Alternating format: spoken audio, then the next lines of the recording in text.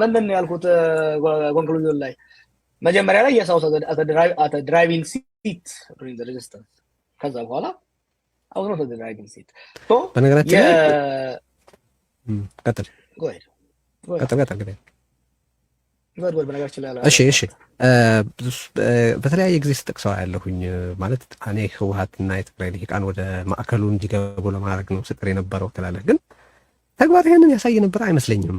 ማለት በብልጽግና በኩል ማንኛውም ችግር የሚመነጨው ከህወሓትና ከትግራይ ነው የሚለውን ትርክት ኢንዶርስ አድርገህ ነበር በአይኔም በአደባባይ የሚዲያው ገለጻዎች፣ በተለያየ ቦታ አፋርም ሌላም ቦታ ሄደ በምትሰጣቸው አስተያየቶች ያገዛዙን ማለት የአብይን ትርክት ኢንዶርስ አድርገህ የነበረ ይመስላል፣ ኢንክሉዲንግ መቀለ ላለመሄድ በመወሰን ማለት ነው። ሶ እንዴት አስታርቃቸዋለሁ ሁለቱን?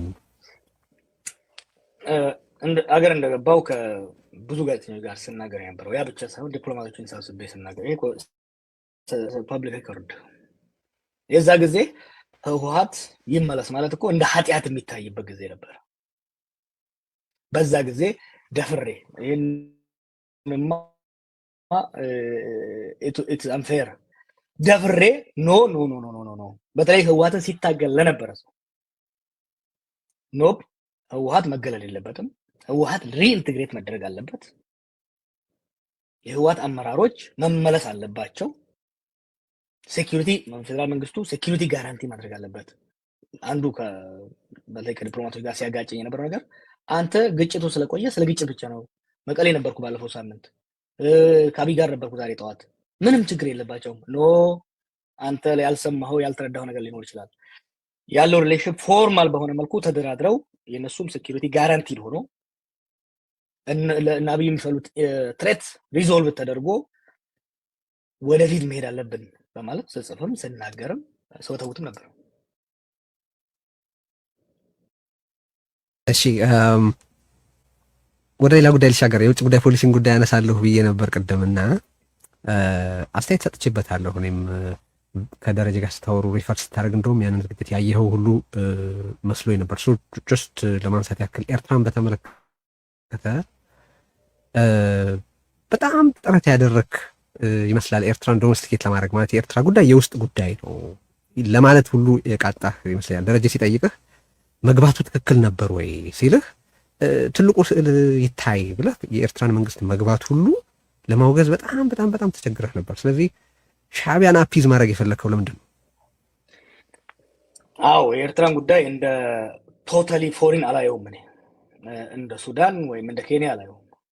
የኤርትራና የኢትዮጵያ ግንኙነት ውስብስብ ነው።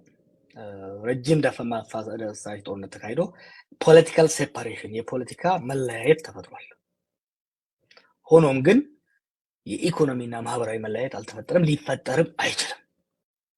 የኢትዮጵያና የኤርትራ ማህበራዊና ፖለቲካ ኢኮኖሚያዊ ቁርኝነት ሊላይ አይችልም። ኤርትራን እንደ ሌላ ጎረቤት ሀገር ማየትም ስህተትም ነው፣ ከእውነትም የራቀ ነው፣ ፕራክቲካል አይደለም። የመሆን ያለበት ለምን? ምክንያቱም የኤርትራና የኢትዮጵያ ኢኮኖሚ አብሮ የመጣ ነው፣ ለረጅም ጊዜ ተለያይቶ አያውቅም፣ ኢንተርዲፔንደንት ነው። የኤርትራ የፖለቲካል አውቶኖሚ ከኢትዮጵያ ብትወስድም ራሱ ኢኮኖሚካሊ አውቶኖመስ መሆን አትችልም። ከኢትዮጵያ ኢኮኖሚ ጋር የተቆራኘ ነው ኑሮ። ያ ብቻ አይደለም፣ ኢትዮጵያ ራሱ ከኤርትራ አውቶኖመስ መሆን አትችልም። አሁን እኮ ይሄ የዛሬ 6 ዓመት ይሄን ስል ዲስሚስ ያደርጉ የነበሩና አብይ አሁን የባህር በር እንፈልጋለን ብለው በየቦታው ይዞራሉ። የባህር በር እንፈልጋለን አሉ እንጂ አሁን ያልከውን ሀሳብ መቀበላቸውን እርግጠኛ አይደለሁም። እና ዋናው ነገር ምንድነው? ኢትዮጵያ ከኤርትራ ትጠቀማለች፣ ኢትዮጵያም ኤርትራም ከኢትዮጵያ ትጠቀማለች። ያ ብቻ አይደለም፣ የዚህ ሁለቱ ማህበረሰባዊ ቁርኝነት ቀላል አይደለም። የ2018 ላይ ቦርደሩ ሲከፈት የነበረው ነገር ዱ ዩ ሲ ዛት ካይንድ ኦፍ ስታፍ ኤኒዌር ኤልስ? ኖ ዩ ዶንት። ጃዋር የፈለገ ምክንያት ብትሰጥ ነው የምልህ የአዲስ አበባው መንግስት የአስመራውን መንግስት ጋብዞ የራሱ ግዛት በሆነ ግዛት ውስጥ ያለን ህዝብ መጨፍጨፉን አለማውገዝ ማለት ኢዝ ኢት ፌር? ጃዋር ሉዓላዊ ነኝ ያለ ሉክ የተባበሩት መንግስታት ሉዓላዊ ነኝ ብሎ አውቆታል የሚባል ሌላ አገር የሆነ ሰራዊት ወደ ትግራይ በማዕከላዊ መንግስቱ ትብብርና ግብዣ ወደ ትግራይ ገብቶ ጭፍጨፋ መፈጸሙን ለምን ያን ያህል ለማውገዝ ተቸገራል? ማውገዝ ቀላል ነው። ሲምፕሊስቲክ አፕሮች ነው ይሄ ጦርነት ነው። መጀመሪያ ሞራሊ መልሰውና ወደ ሌሎች አናሊሲሶች እንሄዳለን። ኖ ጠየቅ ይኸውልህ፣ አንተ ጥያቄውን ትይዛለህ፣ መልስ እኔ ነኝ የሚይዘው። ዳስ ዘ ዌይ ዘ ጌም ወርክስ። ጠየቅ አይደለ? የኤርትራና የኢትዮጵያና የትግራይ ጦርነት ኖቬምበር 2020 አልጀመረም። ይሄ ጦርነት ከ2018 ራይት አዌይ ነው የጀመረው። ምን ነበረ ሲል የነበረው ትዝ ይልሃል? የስምምነቱ ገና ኢሳያስና አብይ አብረው ሲመጡ አይ ዋንትድ ቱ ሲ ደብረጽዮን ዜር ያን ነበር ሲል የነበረው። መሆን ለምን በአዲስ አበባ በመቀሌ ላይ ተራምዳ ከኤርትራ ጋር ሰላም መፍጠር አትችልም ነበር ስል ነበር። ምክንያቱም ጂኦግራፊካሊ፣ ሂስቶሪካሊ፣ ሶሻሊ ፊዚብል አይደለም። ሌላው ደግሞ በህወሓትና በሻዕቢያ መካከል ያለው ግጭት ዛሬ የጀመረ አይደለም። ለዚህ ነው የሁለቱ ሀገሮች ፖለቲካዊ፣ ማህበራዊ እና የሴኩሪቲ ቁርኝነት ሲምፕሊስቲክ አድርጎ በሉዓላዊነት በሌላ ማየት ሪያሊስቲክ አይደለም። ኮምፕሬሄንሲቭ በሆነ መልኩ ማየት በ2015 1617 የሶማሌ ልዩ ኃይል ኦሮሚያ ገብቶ የፈጸመውን በደል ያወገዝክሰው ባሻገር ከኤርትራ የሆነ ጦር መጥቶ ትግራይ ከሌላ ሀገር መጥቶ የሚፈጸመውን ጭፍጨፋ ለማውገዝ መቸገርህ የሚናገረው ነገር የለም። እኔማ ለዘለዛማ የፌደራል መንግስትም ትግራይ ወስዶ ገብቶ መዋጋቱ፣ የአማራ ልዩ ኃይልም ትግራይ ገብቶ መዋጋቱ፣ የህወሓት ጦር መጥቶ አማራ ክልልና አፋር መግባቱ ትክክል አልነበረም። ያን ብለህ ግን በስሎጋን የምታልፈው ጉዳይ አይደለም። ምክንያቱም ከመግባታቸው ጀርባ ፖለቲካል፣ ኢኮኖሚክ እና ሴኩሪቲ ሪያሊቲዎች አሉ ለአመታት የቆዩ ነገሮችን። አቃለን እንሂድ ከተባለ ለምሳሌ የአማራ ክልል ኃይል ትግራይ የገባው ዝም ብሎ አይደለም። ሂስቶሪካል የሆኑ ግጭቶች ነበሩ እነዚህ ድንበሮች ላይ መጽሐፉ ላይ ጽፌያለሁ። ለምሳሌ ባህር ዳር ሲሄድ ከክልሉ ፕሬዝዳንት ገዱ አንዳርጋቸው ጋር የነበረን አንድ ውይይት ስለዚህ ድንበር ጉዳይ ነበር። ስለዚህ ጉዳይ ነበር እኮ እሱን እያልክ ማፈናቀሉን ማውገዝ አትችልም ወይ? የኤርትራ ጉዳይ ውስብስብ ነው እያልክ የኤርትራ ጦር የፈጸመውን ወንጀል ማውገዝ አትችልም ወይ? What's the problem with that? ሲምፕሊ ማውገዝ በቂ አይደለም። ሞራል የሞራል ትርጉሙ በጣም ትልቅ ነው። ኢንፋክት መጽሐፍህ ላይ በኢትዮጵያና የውጭ ጎረቤቶች መካከል ትልቅ ግንኙነት አለው ብለህ የምትጠቅሰው ኢንፋክት ኤርትራን አይደለም። መጽሐፍህ ላይ ምን ትላለህ? በቀጣናው ኢትዮጵያ በየትኛውም አካባቢዋ ከሶማሊያ ሕዝብ ጋር ባላት ግንኙነትና ትስስር ልክ ከሌሎች አገሮችና አጎራባች ሕዝቦች ጋር የላትም ብለህ ጽፈሃል።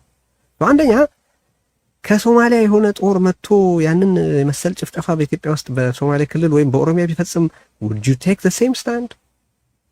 Yes, I would because ለምሳሌ ሶማሊያና ኢትዮጵያ ረጅም ግንኙነት አላቸው የሚለው ኢኮኖሚካሊ ነው። ያ ብቻ አይደለም። በሶማሌ ድንበርና በሶማሊያ መካከል ያለው ህዝብ ተመሳሳይ ነው። የኢትዮጵያ የተወለደ ሶማሌ ሞቃዲሾ ላይ ስልጣን ይዞ ታየዋለህ። ኦኬ፣ ሞቃዲሾ የተወለደ ደግሞ ኢትዮጵያ ውስጥ ታየዋለህ። ለዚህ ነው ሉዓላዊነት ስቴት የምንለውን ነገር በእኛ አካባቢ ላይ ሞር ኬርፉሊ ሞር ሊበራሊ ካላየ ነው በስተቀር ሪጅድ በሆነ መልኩ የምናየው ከሆነ ሪያሊስቲክ አይደለም። ለዚህ ነው የሞቃዲሾ ሰላም ከአዲስ አበባ ጋር የተያያዘ ነው፣ ከጅጅጋ ጋር የተያያዘ ነው። ለምሳሌ ሶማሌ ስለኔ ሶማሊያን አይደለም የምለው፣ ሶማሊ ስፒኪንግ ፖፑሌሽን ከጅጅጋ አንስቶ ጅቡቲን፣ ሀርጌሳን፣ ሞቃዲሾን አካቶ ነው። ምክንያቱም ይሄ ማህበረሰብ በተለያየ በ3-4 ስቴት ውስጥ ይከፋፈል እንጂ አንድ ማህበረሰብ ነው። ከኛ ጋር ደግሞ ረጅም ድንበር ይጋራል። ኦኬ፣ እንደ ቶታሊ ፎሪን እንደሆነ ሀገር የምታየው ከሆነ ሪያሊስቲክ አይደለም። ምክንያቱም የተወሳሰቡ ዶሜስቲክም ፎሪንም አዘ ሴም ታይም የሚያደርጋቸው ነገሮች አሉ። እሺ፣ በበቂ ስላወራንበት አይ ቲንክ ዘ ቪወር ዊል ጃጅ ብዬ ለለፈው። በቅርቡ እንደ አዲስ የጀመርከው እንቅስቃሴ እርግጠኛ ግቡ ምን እንደሆነ አልገባኝም። በእውነቱ ምን ማለት እንደሆነ ላስረዳህና አብይ እንጂ ብልጽግና ፓርቲ የለም ብለሃል። አብሮ ደግሞ አብይ እንዲታረም ብዙ እንደጣርክ እንዳልተሳካልህና ከዚህ በኋላም አብይ ወደ ሰላም ወደ ትክክለኛው ጎዳና ይመጣል የሚል ግምት እንደሌለ ተናግረሃል። ነገር ግን ደግሞ ዓላማዊ መንግስት መገልበጥ አይደለም እያልክ ነው። ስለዚህ እንግዲህ ብልጽግና ከሌለ አብይ ካልታረመ መንግስት ካልተቀየረ ታዲያ ምን ይሁን ነው እያልክ ያለው? አሚን ምንድን ነው ጥያቄ? አር ዩ ጀስት ትሮሊንግ them? መንግስት መገልበጥ አይደለም አላማ ያልኩት። መንግስት አብይ በራሱ ጊዜ እየወደቀ ነው። የኔን ትብብር አይፈልግም፣ የእኛን ትብብር አይፈልግም።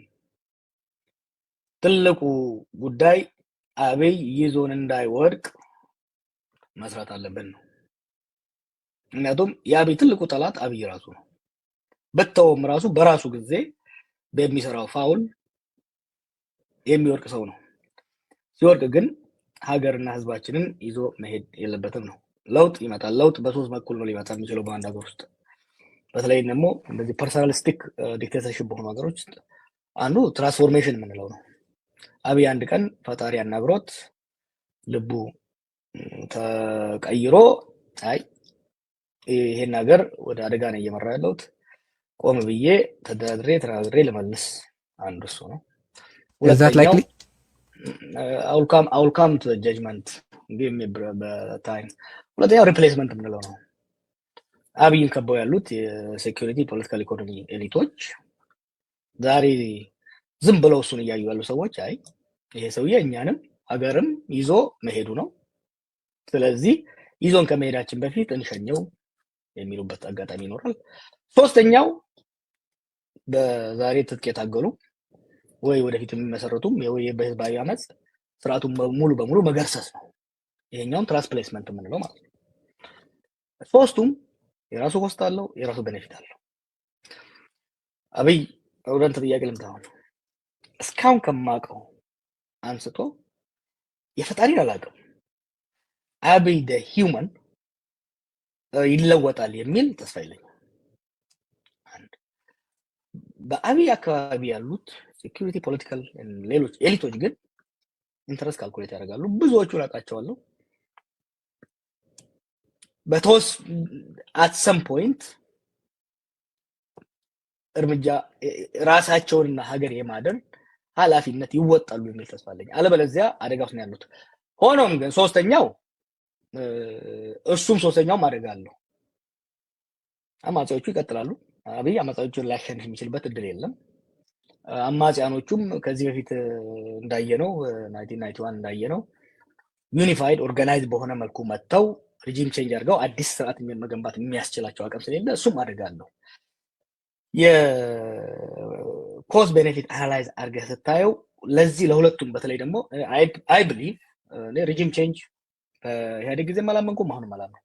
ሪጂም ቼንጅ የነበረ ሙሉ በሙሉ አፍርሰ አዲስ መገንባት ስለሆነ እኔ ከነበረ ውስጥ የተበላሸውን እጢ ቆርጦ ጤነኛውን በማስቀጠል ነው ማምነው እና ከዚህ አንፃር ሁለተኛው ጥሩ አማራጭ ነው ብዬ ማምነው። ነገር ግን ያም ራሱ ቁጭ ብለህ ስለጸለይክ ያመጣል። ህዝባዊ ፕሬሸር፣ የፖለቲካ ፕሬሸር አልተርኔቲቭ ሪያሊቲን በመመስረት አንደኛ ስታተስ ኮ እንደማይቀጥል በተጨባጭ ማሳየት ያስፈልጋል።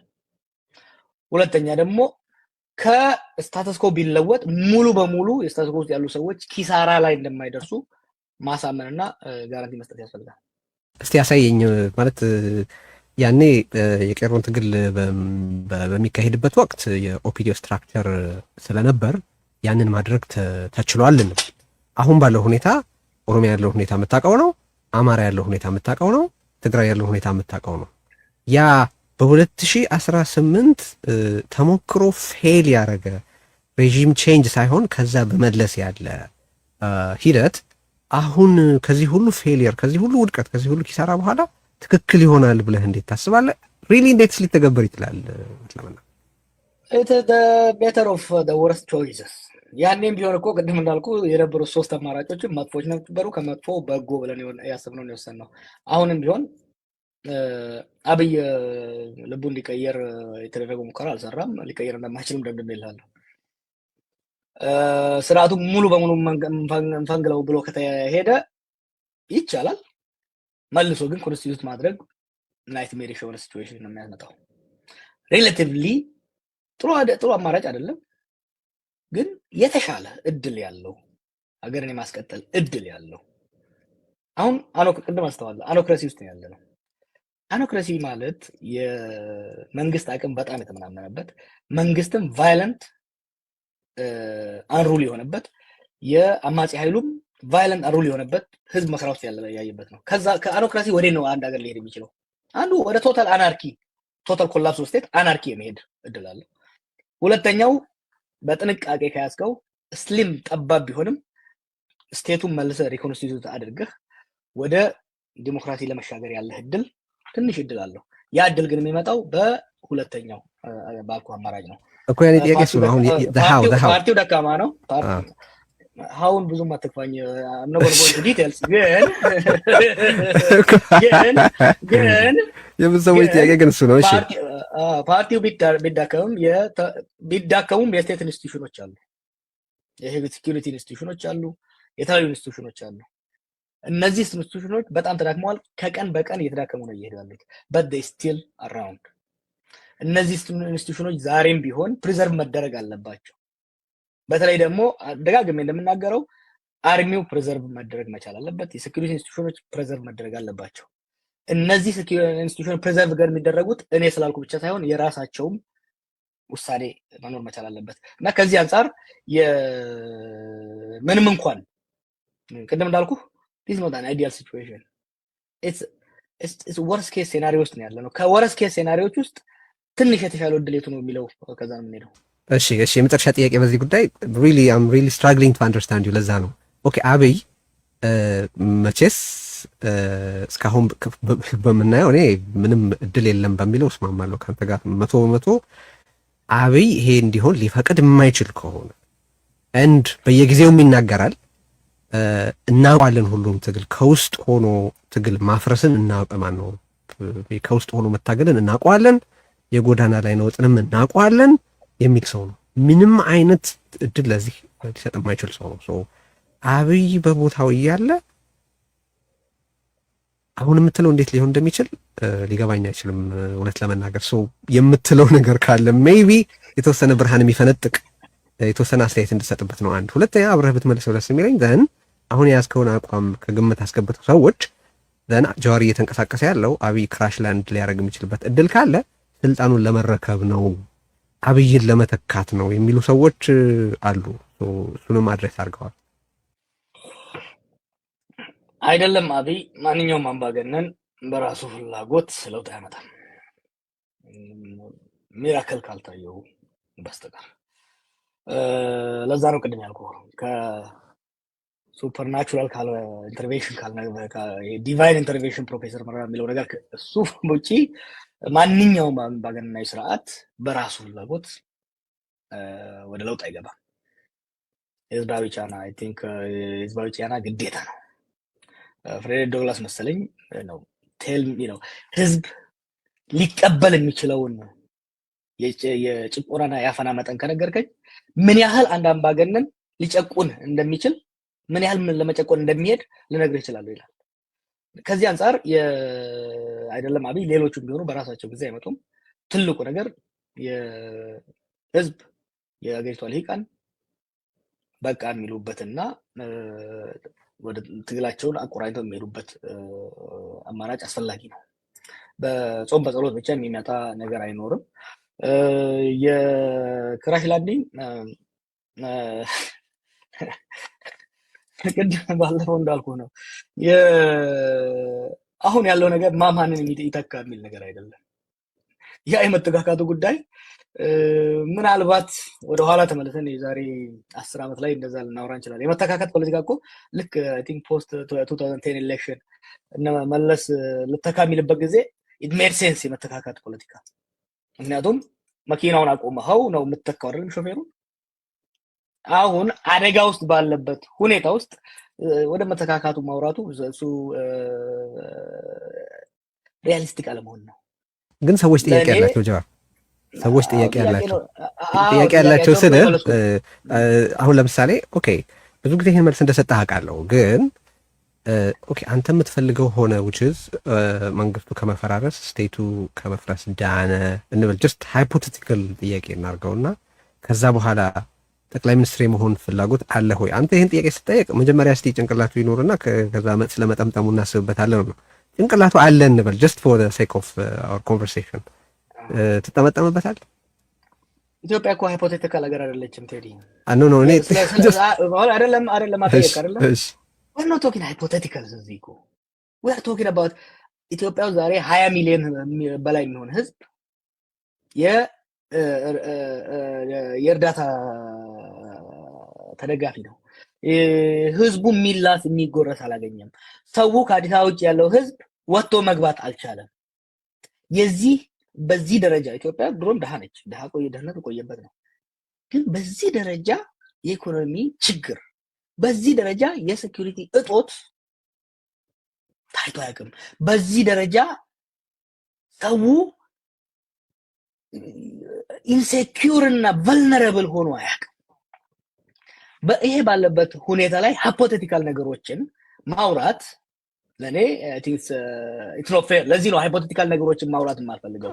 ሪያሊስቲክ የሆኑ አሁን በተጭ ባሉት ሪያሊስቲክ በሆኑ ነገሮች ውስጥ በምን መልኩ እንሂድ የሚለውን የአብይ ትራውማ ስላለ ሰው ዋት አር ዊ ጌቲንግ የሚል ጥያቄ ቢኖረው ልትፈርድበት አይገባም መቼስ። እና ስንደርስ እናውቀዋለን ማለትን ሰው በጣም እንደ ትልቅ ችግር እያየው ስላለ ነው። ኤኒዌይስ መልስን ሰጥተሃል።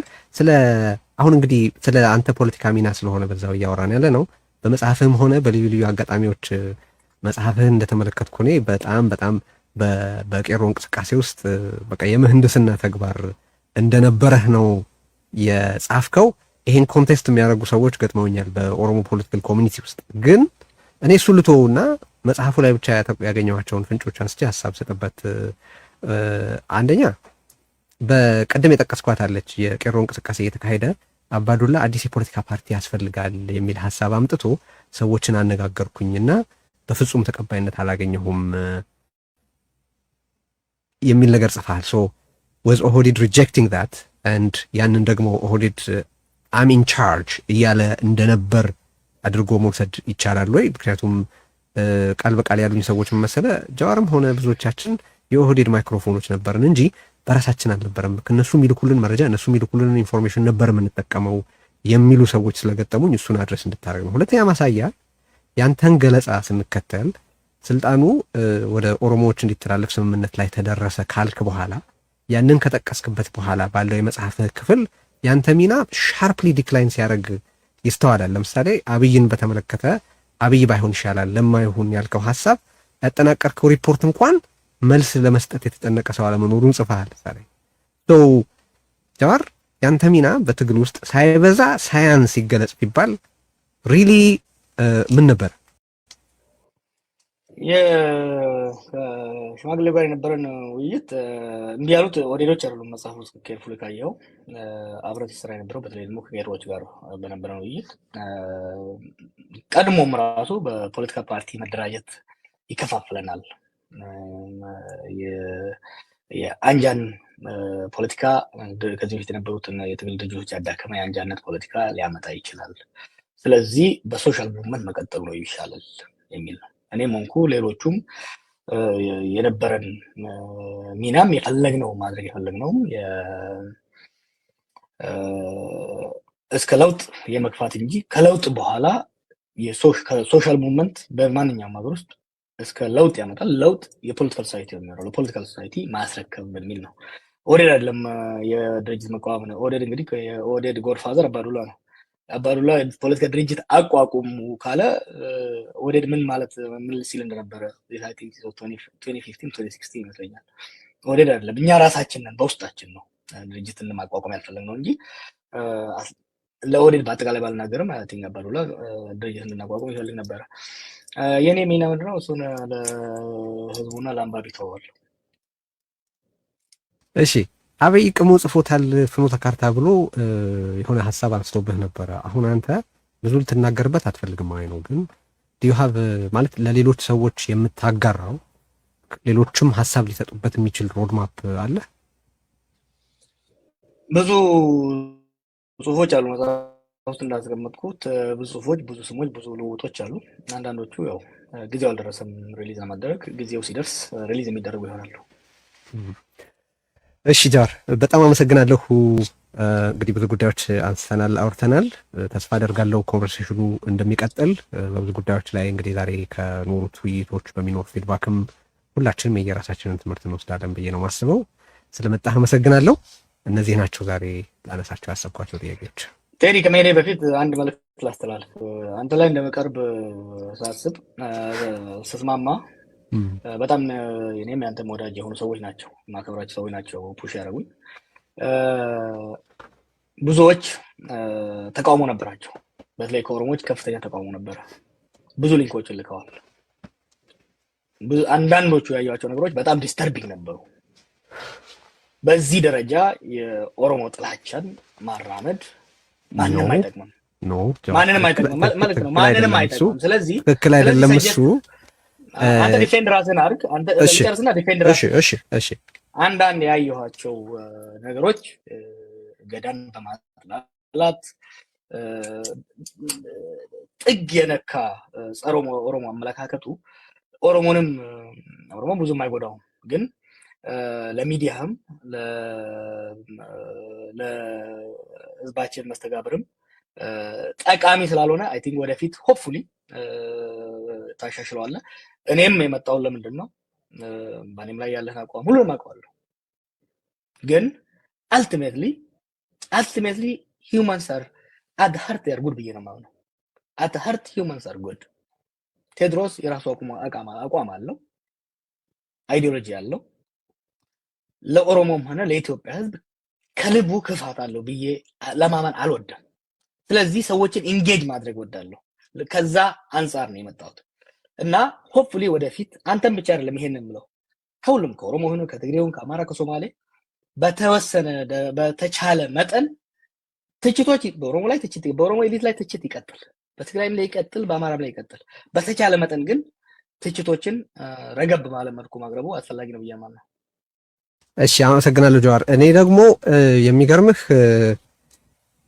አንተ ባራመድካቸው አቋሞች ዙሪያ ኦሮሞ ያልሆኑ ሰዎችን ኤሊየን እንዳልክ፣ በህብረተሰብ ላይ ፍጅት የሚያስከትሉ ትርክቶች እንዳራመድክ፣ ይሄን ፕላትፎርም በፍጹም ዲዘርቭ አያረግም ብለው የተከራከሩ ብዙ ሰዎች ናቸው።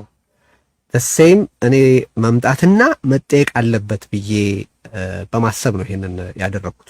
እኔ ለኦሮሞ ህዝብ ጥላቻ የለኝም። የገዳ ስርዓትን በተመለከተ ያለኝ አስተያየት አለ፣ መከበር አለበት። ያ የገዳ ስርዓትን በተመለከተ ስናገር አንድም ቦታ የኦሮሞን ህዝብ በተመለከተ በጅምላ የተናገርኩበት ወቅት የለም። የኦሮሞም ሆነ የማንኛውም ህዝብ ጥላቻ የለብኝም።